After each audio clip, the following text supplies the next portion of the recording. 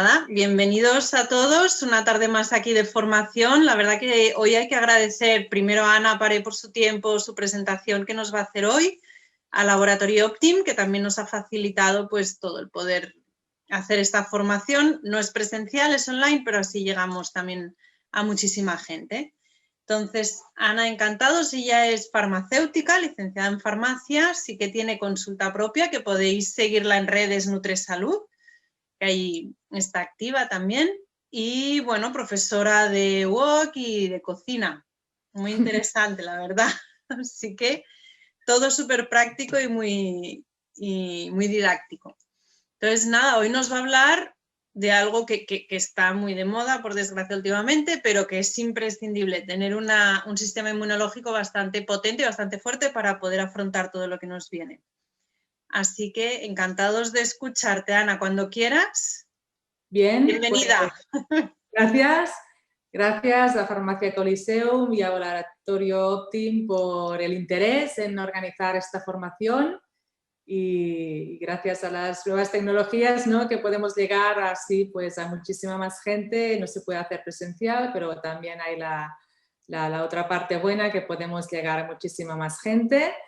Hoy vamos a hablar de nutrientes claves para reforzar el sistema inmunológico, que como comentabas, Marta, pues es un tema de muchísimo interés en estos últimos meses. Así que voy a empezar ya con la formación. Perfecto. Bien, vamos a hablar de sistema inmunitario. Vamos a hablar de una compleja red de células, órganos y tejidos que forman nuestro sistema inmunitario y que es el que se encarga, ¿no?, de actuar como mecanismo de defensa contra agresiones externas, como puede ser un virus, un parásito, una bacteria, cualquier patógeno, pero también se encargan de controlar agresiones internas, como es el propio proceso de inflamación que tiene lugar en el cuerpo, lesiones o bien cuando hay células tumorales. Entonces, es interesante conocer que el 70% de las células de nuestro sistema inmune se encuentran en el intestino. Hoy no vamos a hablar de microbiota intestinal, pero también es un tema muy candente y es muy importante pues, cuidar la salud intestinal, porque es allí donde residen la mayor parte de estas células. Y tener presente también que todas las mucosas de nuestro cuerpo están conectadas, de ahí pues que cuando hablamos de mucosas, que hablamos de epitelios, pues no solamente pensamos en la piel, sino en todas esas barreras que tenemos, entre las cuales está nuestro sistema digestivo, que también lo tenemos que cuidar. Y vamos a ver pues entonces cuáles serían esos nutrientes, esos alimentos importantes para el sistema inmunitario.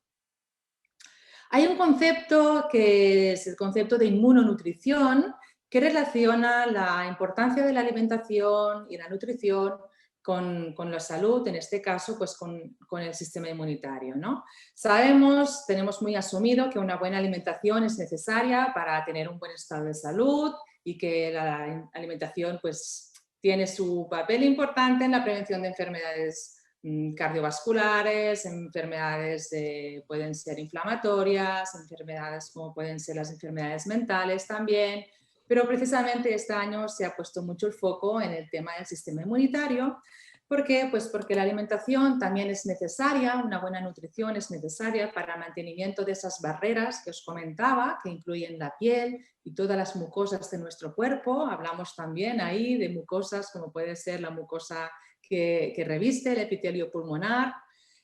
Los nutrientes que son importantes para que el cuerpo pueda fabricar, pueda producir esos sistemas de defensa antimicrobianos y participar en todo lo que es ese complejo, ¿no? El sistema inmunitario realmente es muy complejo. Ahí veremos que hay muchos diferentes tipos de células que pertenecen al sistema inmunitario y que una cierta activación es necesaria para poder hacer esta función de defensa, pero el problema viene cuando hay una reacción exagerada, ¿no?, muchas veces.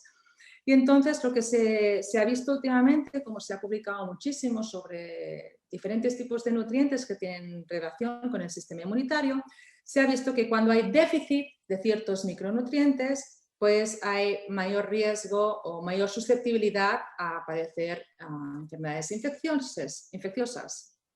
Pero también se ha visto que cuando en el cuerpo tenemos un virus o tenemos alguna bacteria y nuestro cuerpo ahí está luchando contra este patógeno, también hay una demanda aumentada de esos micronutrientes. Con lo cual, pues ahí hay una cierta relación que vemos que cuando hay desnutrición, hablamos de desnutrición, estamos hablando de micronutrientes, pueden ser déficits micronutricionales, lo que hacen es aumentar la susceptibilidad de las infecciones, pero también cuando hay una infección en el cuerpo aumenta la demanda de micronutrientes, con lo cual todavía se compromete más este estado nutricional de nuestro cuerpo, ¿no? Y de ahí esa compleja relación que hay entre la alimentación y la nutrición y el sistema inmunológico. Bien, como os comentaba, en los últimos meses se ha publicado muchísimo sobre todo lo que tiene que ver con nuestro sistema inmunológico, nuestro sistema de defensas, y se ha visto pues, que efectivamente esos déficits micronutricionales, hablamos principalmente de vitaminas y minerales, aunque se refieran solamente a uno de esos micronutrientes, pueden comprometer el funcionamiento del sistema inmunitario y, por tanto, aumentar la susceptibilidad a padecer una enfermedad infecciosa. La EFSA, que es la Autoridad Europea de Seguridad Alimentaria, recoge entre las declaraciones de propiedades saludables la de contribuir al funcionamiento normal del sistema inmunológico para 10 micronutrientes, entre los cuales se encuentran 6 vitaminas y 4 minerales. Las vitaminas que están implicadas en el sistema inmunológico son las vitaminas C, D, la vitamina A, que también se puede aportar en forma de betacaroteno, la B6, la B9 y la B12. Mientras que los minerales más implicados en el sistema inmunitario son el zinc, el selenio, el hierro y el cobre. Dentro de estos 10 micronutrientes, aquellos para los cuales hay a día de hoy mayor grado de evidencia científica son para la vitamina C, para la vitamina D y para el zinc, que son los que se han ido publicando más estudios, no solamente referente al sistema inmunitario en general, sino también en estos últimos meses en relación con la COVID-19. Vamos entonces a ver cada uno de estos micronutrientes más en detalle y empezaremos por la vitamina C. La vitamina C es una vitamina que es necesaria para que el cuerpo pueda ejercer una buena función de respuesta inmunitaria, tanto en lo que se conoce como la respuesta innata como la respuesta adaptativa. Cuando hablamos del sistema inmunológico, debemos conocer que hay dos tipos de respuesta. La respuesta innata es la respuesta más rápida, es una respuesta inespecífica donde se ponen en marcha toda una serie de macrófagos, de moléculas que van a inactivar ese virus o ese parásito o esa bacteria, y luego al cabo de unos días es cuando ya se va teniendo lugar la respuesta adaptativa, es la respuesta más específica, más larga, en la cual se crean unos anticuerpos que van a luchar contra este patógeno.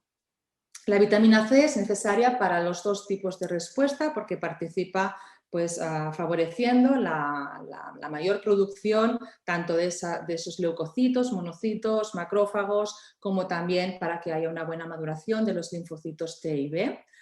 La vitamina C tiene otra de las grandes propiedades, es que es muy antioxidante.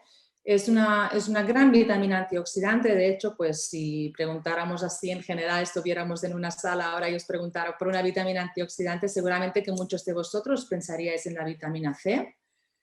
Se ha visto que las concentraciones plasmáticas y también en los leucocitos, que son los glóbulos blancos de vitamina C, disminuyen cuando uno está en un proceso de infección o también cuando está pasando una época de estrés. De hecho, es bastante conocido, ¿no?, que cuando uno está estresado, pues se baja un poquito la guardia en el sentido de que nuestro sistema inmunológico se ve más comprometido.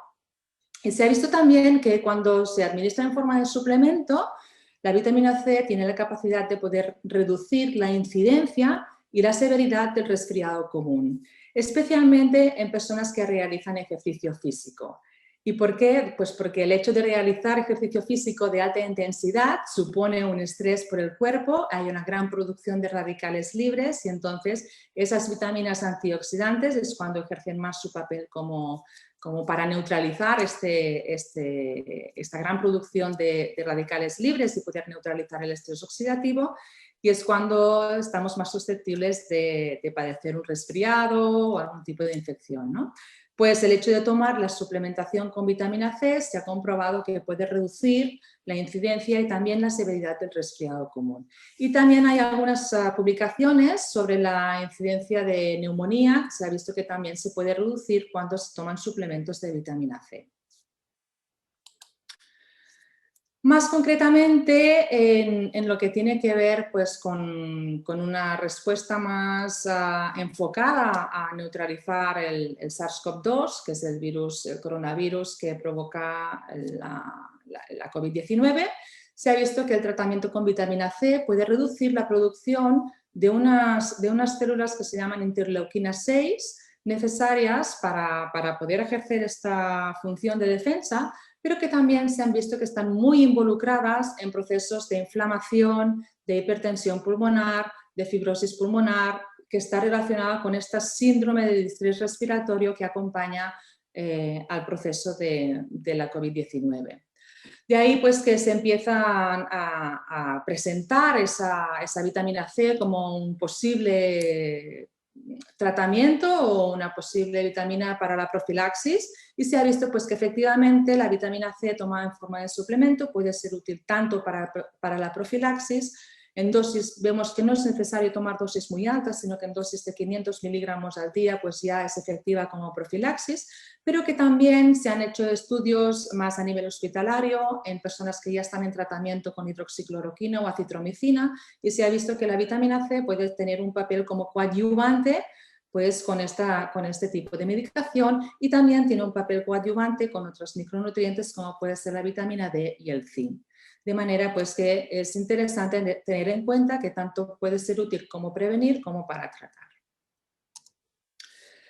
Otras propiedades que tiene la vitamina C pues es que puede regenerar otras sustancias antioxidantes como son el glutatión, que es el gran antioxidante a nivel hepático, o otra vitamina que es la vitamina E. La vitamina C es una vitamina hidrosoluble, mientras que la vitamina E es una vitamina liposoluble, pero se ha visto que la vitamina C puede regenerar la vitamina E. Es un cofactor en la síntesis de colágeno. Eso tiene su importancia de cara a reforzar la integridad de la barrera epitelial, de la barrera endotelial, y también es necesaria la vitamina C para que haya una buena absorción del hierro a nivel intestinal. El hierro es otro de los minerales que están implicados en la función inmune.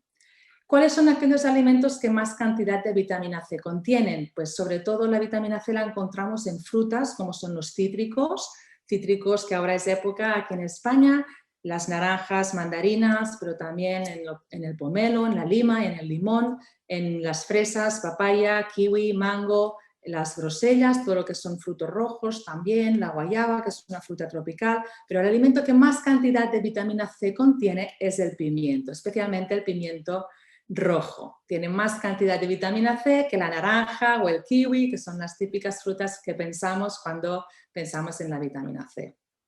También se encuentra en la col lombarda, las coles de Bruselas, los berros, el perejil. Pero ¿qué es lo que debemos tener en cuenta con la vitamina C? Es que es una vitamina muy sensible al calor, a la temperatura, y se destruye prácticamente en su totalidad durante el proceso de cocción. Con lo cual tenemos que tomarla en forma de alimentos crudos. Tenemos que priorizar siempre la ingesta de alimentos crudos porque va a ser de esta manera como podemos aprovechar mejor la vitamina C. Bien, pasamos a otra vitamina. Vamos a conocer ahora el papel de la vitamina D en el sistema inmunológico. De entrada, decir que la vitamina D, pues ya sabemos hoy en día por su importancia de cara a la salud en general, que es mucho más que una vitamina. Difiere totalmente, tanto en cuanto a obtención como en su acción en el organismo, difiere de las otras vitaminas. En primer lugar, porque es la única vitamina que se puede producir en nuestro organismo.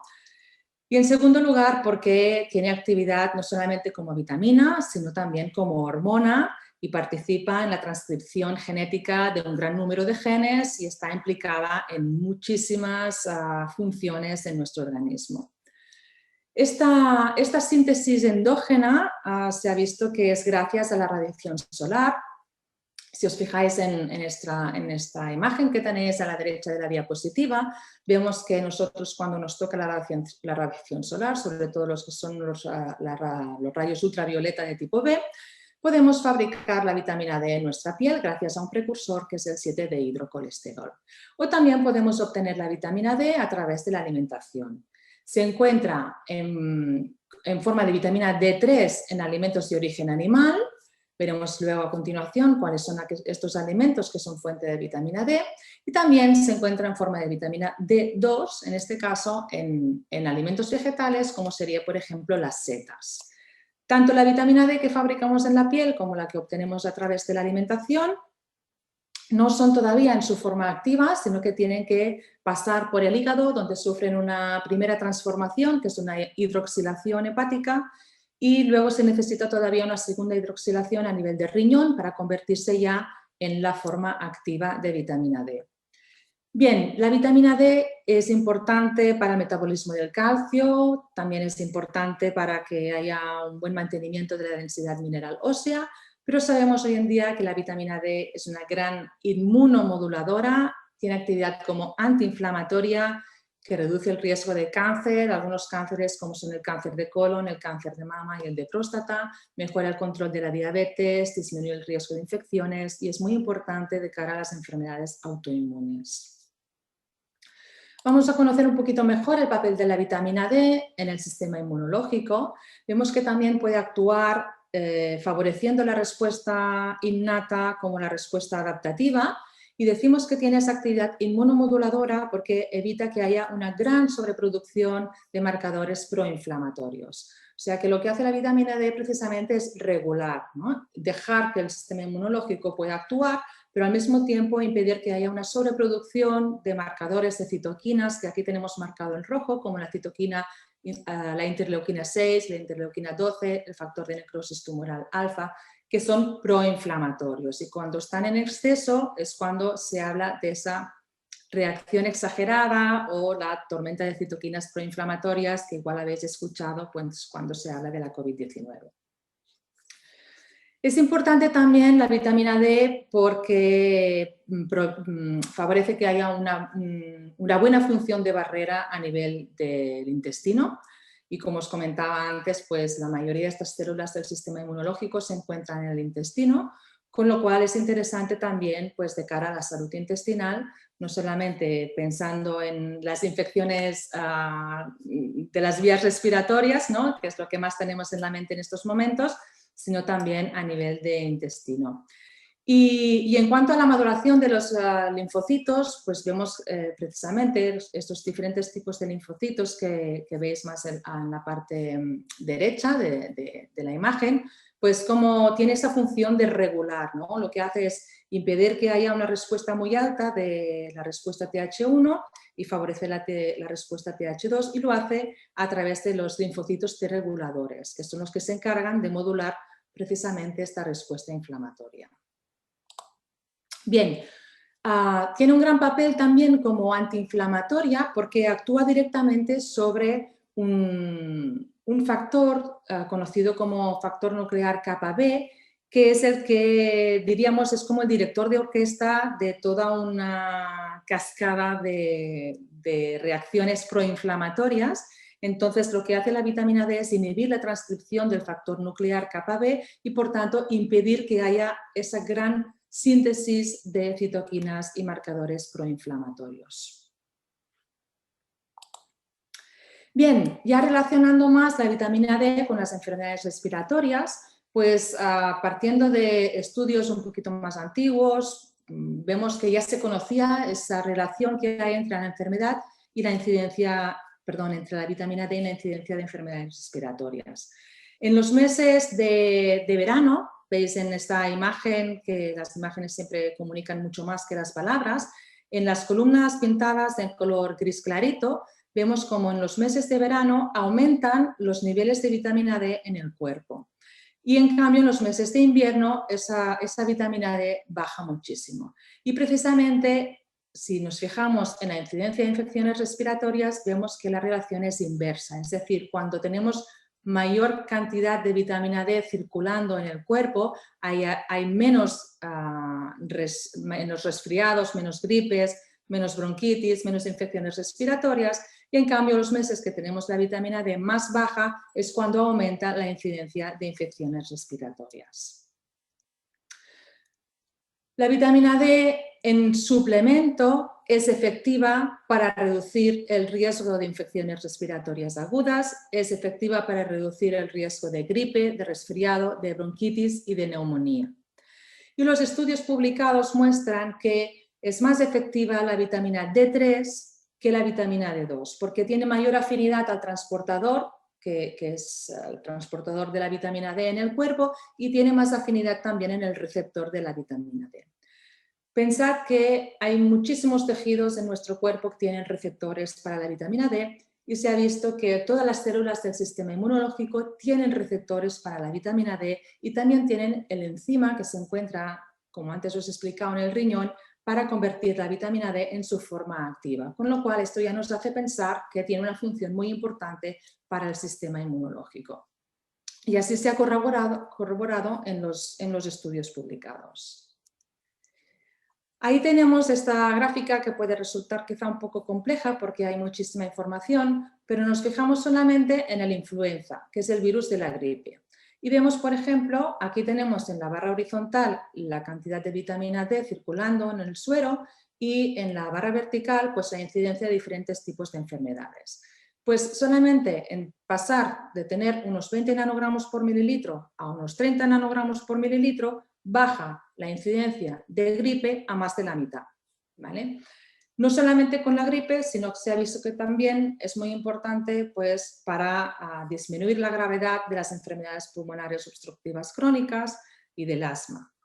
Y que se ha visto que la deficiencia de vitamina D empeora la función pulmonar, que si además nos encontramos con personas mayores que pueden tener otras comorbilidades, aumenta la mortalidad en estos casos, ¿no?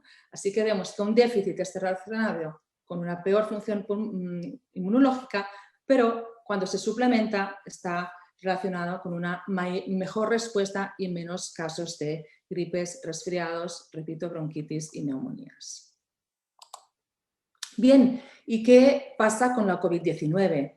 Pues vemos ya desde marzo empezaron a publicarse estudios en los cuales se lanzaba como hipótesis el posible papel que podía tener la vitamina D en frenar la actividad del coronavirus.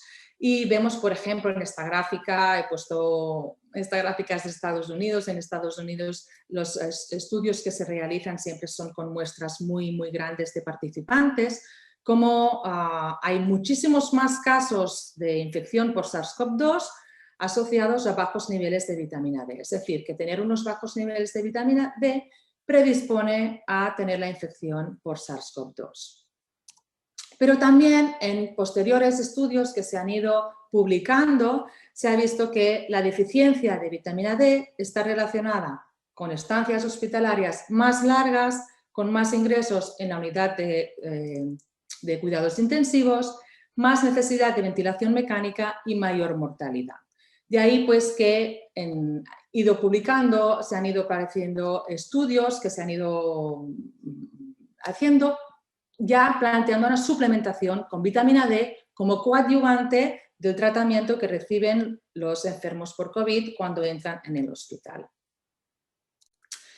He querido poner este ejemplo porque, bueno, como la farmacia Coliseum está en Barcelona y es un estudio hecho en el Hospital del Mar, que está en Barcelona también, se ha visto pues, que cuando se trata con vitamina D a los pacientes que ingresan por COVID, frente a los que no reciben el tratamiento con la vitamina D, solamente el tratamiento que está protocolizado, pues la vitamina D efectivamente consigue reducir los ingresos en las UCIs, consigue reducir las estancias, los días que necesita el enfermo en la UCI, y hay una reducción del 50% de mortalidad en los casos tratados. Con lo cual, son datos realmente muy interesantes, ¿no? Esta imagen que vemos en esta diapositiva, bueno, es una imagen que yo recuerdo cuando la vi, me impactó muchísimo, ¿no? Porque el Hospital del Mar está justamente delante del mar y Y me parecen unos resultados muy interesantes de tener en cuenta, porque no solamente actúa como prevención, sino que también puede ayudar en el tratamiento. Bien, ¿y cuáles serían los niveles óptimos de vitamina D que necesitamos en el cuerpo? Pues no hay un consenso a nivel global, a nivel mundial, de cuál sería esa cantidad de vitamina D, pero aquí en España nos regimos por el documento de posición sobre las necesidades y niveles óptimos de vitamina D de la Sociedad Española de Investigación Ósea y del Metabolismo Mineral, que juntamente con 11 sociedades científicas afines determinan que el valor recomendable sería superior a 30 nanogramos por mililitro si se usan estas unidades, que es la equivalencia en 75 nanomoles por litro. Que hay algunos países que se utilizan unas unidades y otros países que se utilizan, aquí en España se utilizan más los nanogramos por mililitro. Se considera una insuficiencia vitamínica cuando no se alcanzan esos 30 nanogramos, estaríamos hablando de entre 20 y 30 nanogramos por mililitro, y hablamos de deficiencia cuando ya no se alcanzan esos 20, sino valores inferiores a 20 nanogramos por mililitro. Por ejemplo, en el estudio que acabo de comentaros, que se realizó en el Hospital del Mar, pues todos aquellos pacientes que ingresaban con valores de vitamina D inferiores a 20 nanogramos por mililitro eran pues los que entraban en el estudio, una parte se suplementaba y la otra no, para poder comparar los dos grupos. Pero bien, en muchísimas de las publicaciones sobre la vitamina D en COVID-19 ya se habla de que no solamente tenemos que alcanzar esos 30 nanogramos por mililitro, sino que un valor óptimo para que pueda funcionar de forma óptima el sistema inmunológico estaría entre 40 y 60 nanogramos por mililitro, ¿vale? Es bastante habitual encontrar pacientes con valores muy bajos de vitamina D, perdón. Encontramos frecuentemente, yo lo veo frecuentemente en la consulta, personas que llegan con valores de vitamina D de 14, de 16 a 17 nanogramos por mililitro, ¿vale? O sea que es un déficit bastante extendido. Como he comentado al principio de la vitamina D, la podemos obtener gracias a la radiación solar o también por los alimentos. ¿De qué depende la producción de vitamina D gracias al sol? Pues depende en primer lugar de la estación del año. Sabemos que en verano con 10 minutos de exponernos al sol podemos fabricar suficiente cantidad de vitamina D, pero los meses de invierno necesitaríamos como 2 horas de estar tomando el sol para poder obtener la misma cantidad de vitamina D, porque los rayos solares son más oblicuos y no es igual de efectiva esa activación a nivel de la piel. Va a depender también de la cantidad de superficie expuesta, del color de la piel. Las personas que son más morenas, de color más oscuro, sintetizan menos cantidad de vitamina D. Y por supuesto, si utilizamos un factor de protección solar, pues dejamos de producir vitamina D.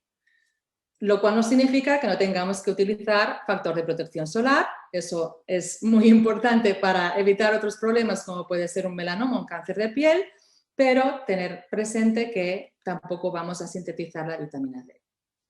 ¿En qué alimentos se encuentra la vitamina D? Pues bien, la vitamina D es una vitamina liposoluble, entonces se encuentra sobre todo en alimentos grasos.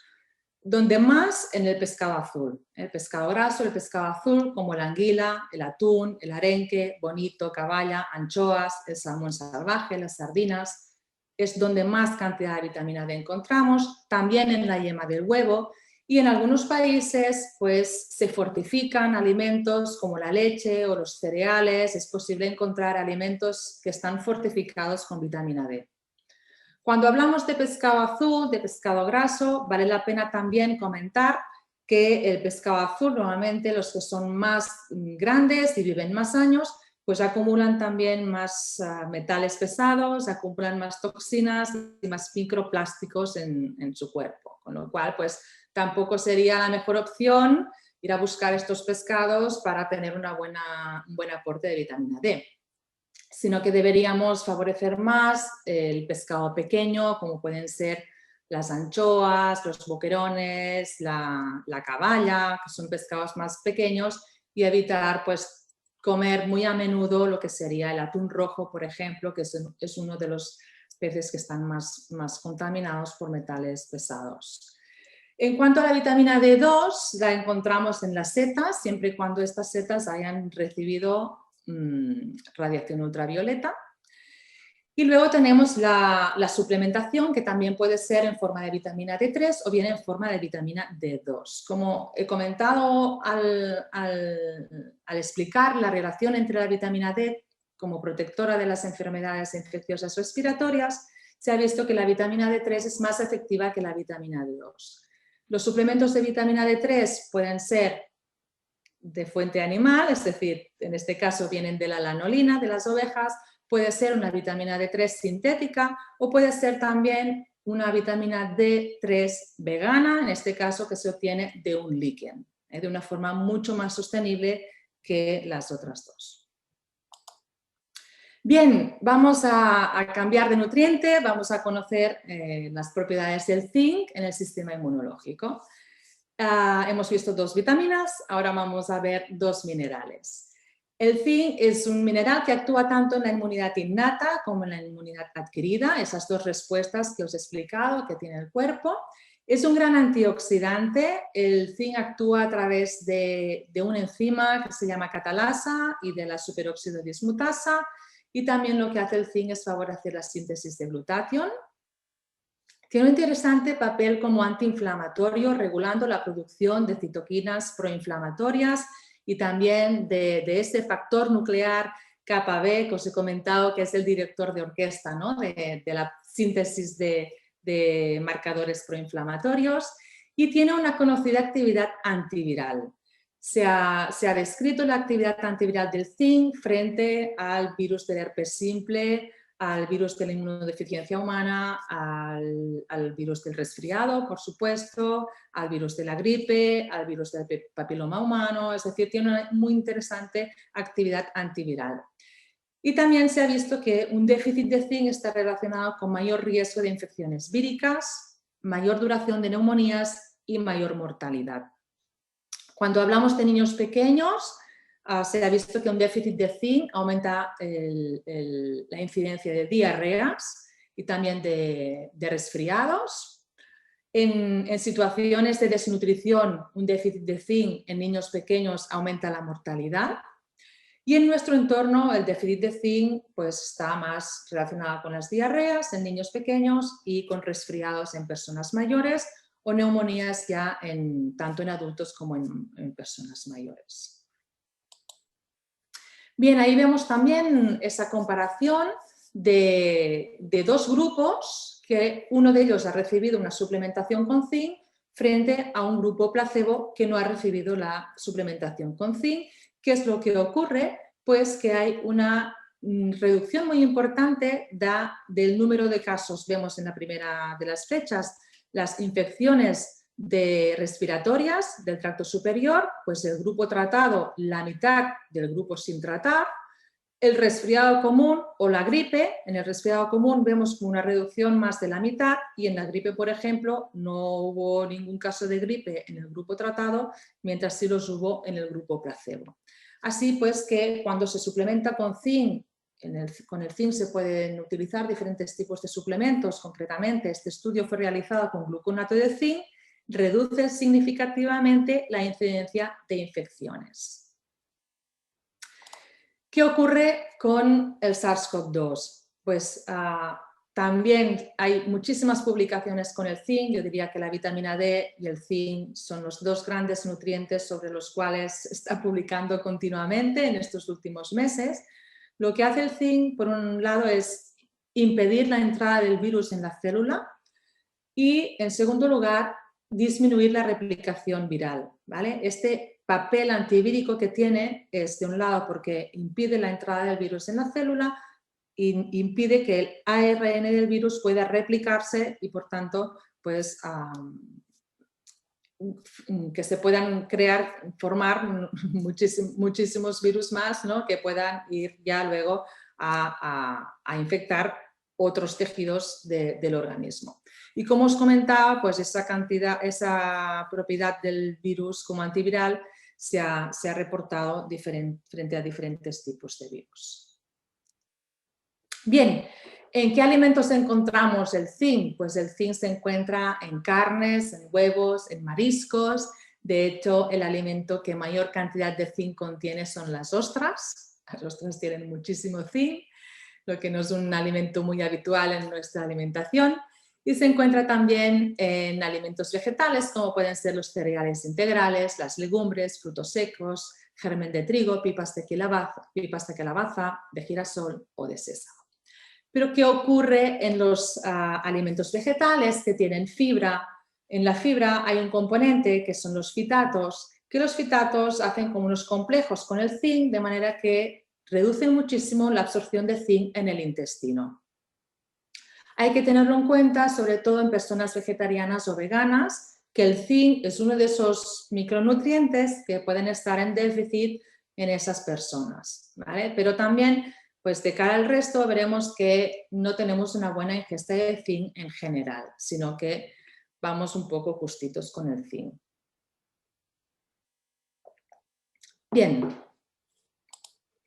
Y vamos a ver pues, el segundo mineral importante para el sistema inmunológico, que es el selenio. El selenio contribuye al sistema inmunológico mediante la síntesis de inmunoglobulinas, que son los anticuerpos, modula la producción de citoquinas y la respuesta inflamatoria y tiene un papel también como antioxidante. Lo que hace el selenio es formar parte de una serie de proteínas que se llaman selenoproteínas, entre las cuales se encuentra la glutatión peroxidasa, que es una gran proteína antioxidante que tenemos en nuestro cuerpo, es decir, el cuerpo tiene sus diferentes mecanismos antioxidantes, como hemos visto la vitamina C, el glutatión, la vitamina E, pero luego hay enzimas que también tienen esa actividad antioxidante, pues como es el caso de la glutatión peroxidasa. Regula la formación de hormonas tiroideas. El selenio se necesita para la transformación de T4 en T3, no solamente para la tiroides es importante el yodo, sino que también se necesita el selenio, y mejora la fertilidad masculina. Bien, se ha publicado que un déficit de selenio se relaciona con una inmunidad deteriorada frente a enfermedades infecciosas y también frente a la inflamación crónica. ¿En qué alimentos se encuentra el selenio? El selenio se encuentra pues, en carnes, en mariscos, pescados, huevos, como alimentos animales y luego como alimentos vegetales, los cereales integrales, el ajo, las semillas de girasol, anacardos y piñones, que son dentro de los frutos secos los dos que contienen más cantidad de selenio, y luego las nueces de Brasil. De hecho, tomando 2 nueces de Brasil al día podríamos conseguir casi que la cantidad de selenio recomendada diaria. ¿Qué ocurre con los alimentos de origen vegetal? Pues aquí lo que va a ocurrir es que son alimentos que la cantidad de selenio que contienen depende de la cantidad de selenio que hay en el suelo. Y se ha visto que en Europa los suelos, debido a la agricultura intensiva, están muy empobrecidos en selenio. Con lo cual, pues no siempre lo que comemos tiene la cantidad de micronutrientes que esperamos que tenga, sino que puede haber cada vez menos cantidad de selenio en todos esos alimentos vegetales. Cuando se utiliza el selenio en forma de suplemento, lo podemos encontrar como forma orgánica o como forma inorgánica.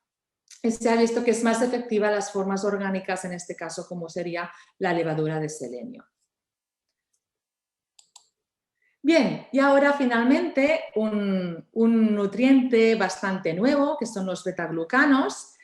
Bueno, quizás algunos de vosotros hayáis oído hablar de las propiedades inmunoestimulantes y inmunomoduladoras de setas como son el reishi, el shiitake y el maitake, ¿no? Eso es gracias a su aporte en betaglucanos.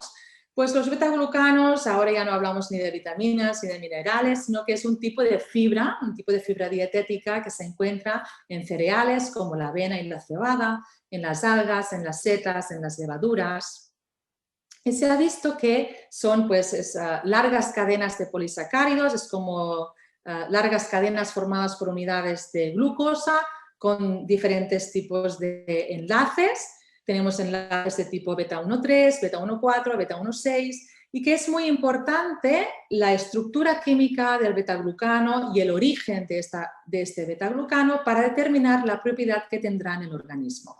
De manera que si vemos, por ejemplo, aquí arriba en la imagen superior, Eso es un betaglucano de cereal, es un betaglucano que tiene una estructura más lineal y que es interesante para controlar el metabolismo del colesterol.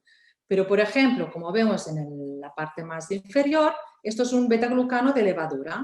En este caso, los betaglucanos de levadura están muy ramificados, tienen una estructura química diferente y su papel principal es como inmunomodulador. Vemos aquí los betaglucanos de setas y de levaduras tienen actividad inmunomoduladora. Significa pues que van a estimular un sistema inmunológico deficiente, pero también pueden frenar un sistema inmunológico que esté demasiado expresado. Actúan mejorando la respuesta del sistema inmunológico. También ahí vemos que actúan en los dos tipos de respuesta, en el sistema innato y en la respuesta adaptativa.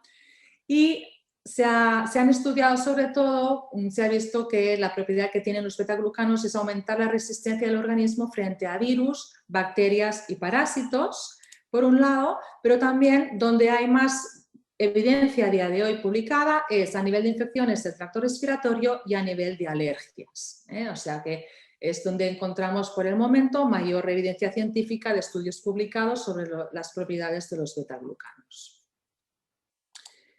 Bien, vistos estos nutrientes que son importantes para que nuestro sistema inmunológico pueda funcionar de forma óptima, de forma correcta, y os he ido nombrando los alimentos en los que se encuentran, pues podríamos pensar que fácilmente si tenemos una alimentación variada, equilibrada y comemos de todo y cuidamos nuestra dieta, pues podríamos alcanzar fácilmente, ¿no?, las cantidades necesarias de esos nutrientes.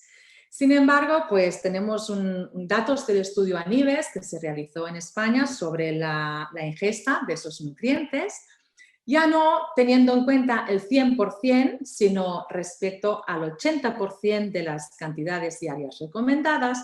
Vemos, por ejemplo, que con el selenio hay un 15% de la población que no alcanza este 80% de las cantidades diarias recomendadas. Para la vitamina C, un 29% de la población no alcanza el 80% de las cantidades diarias recomendadas, pero para el zinc nos encontramos que un 92% de la población no alcanza el 80% de las cantidades diarias recomendadas y para la vitamina D un 94% de la población no alcanza el 80% de las recomendaciones diarias. Precisamente encontramos el zinc y la vitamina D, que son esos dos nutrientes que acabo de explicar, su papel tan importante para que el sistema inmunológico pueda funcionar bien, y vemos pues que hay un déficit muy importante también en cuanto a la ingesta de esos micronutrientes, ¿no? Por lo cual, pues cuando no se alcanzan a través de la alimentación o es difícil alcanzarlos a través de la alimentación, tenemos que recurrir a suplementos. Entonces, yo os quería presentar dos suplementos. Por un lado tenemos Optim Immunity y por otro lado la Optim D3, que es a base de vitamina D3. Optim Immunity contiene vitaminas C y D, el zinc, el selenio y los betaglucanos de levadura. Todos ellos nutrientes indispensables para un buen funcionamiento del sistema inmunológico y que podemos combinar con la vitamina D3 en forma de gotas para ayudar a alcanzar esos niveles óptimos que comentaba son necesarios para tener una buena respuesta inmunitaria. ¿Cómo se pueden tomar esos dos productos? Por un lado tenemos el Optim Immunity, una dosis inicial recomendada de 2 cápsulas al día. Pensad que 2 cápsulas al día nos aportan el 100% de las cantidades diarias recomendadas para la vitamina C, para el zinc y para el selenio, y aportan 1000 unidades internacionales de vitamina D y aportan 250 miligramos de los betaglucanos. Así que, delante de los primeros síntomas, pues tomar 2 cápsulas al día como dosis inicial y luego una dosis de mantenimiento que sería de 1 cápsula al día y que podríamos mantener pues toda la época de mayor riesgo. Decir que la vitamina C proviene de la acerola, es una acerola ecológica, y la vitamina D3, en este caso, proviene de una alga, con lo cual es un complemento recomendado para toda la población, pero también especialmente pues, para las personas vegetarianas o veganas, porque no contiene ningún ingrediente de origen animal. Y luego tenemos la vitamina D3, también de origen vegetal, en este caso proviene de un líquen. Recordar pues, que los estudios publicados, metaanálisis, cuando hablamos de metaanálisis, son las publicaciones que tienen mayor nivel de evidencia científica, que reúnen datos de muchos estudios, de muchos pacientes, demuestran cómo las dosis diarias son más efectivas que dosis semanales, mensuales o incluso trimestrales, ¿no? En este caso, la presentación en gotas permite una buena dosificación y una gota equivale a 500 unidades internacionales. Eso es importante tenerlo en cuenta, conocer la equivalencia, porque no todos los productos de vitamina D3 en gotas que hay en el mercado tienen la misma dosificación. En eso siempre tenemos que prestar mucha atención para no tener una sobredosis. Pues aquí conocer que una gota equivale a 500 unidades internacionales.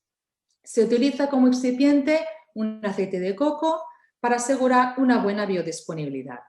¿En qué cantidad? Pues ahí hay que personalizar, ¿no? No podemos recomendar una cantidad de vitamina D3 general para toda la población. De hecho, no sería necesario recomendar la suplementación de forma generalizada, sino que tendríamos que conocer pues, cada caso. Lo ideal es, mediante una analítica, conocer tu nivel de vitamina D y si te encuentras en una situación de insuficiencia o de déficit, tomarla en forma de suplemento para corregirla. Y luego, pues, tomar una dosis de mantenimiento, que puede ser de 1 o 2 gotas al día, para mantener esos niveles óptimos de vitamina D3 en nuestro organismo.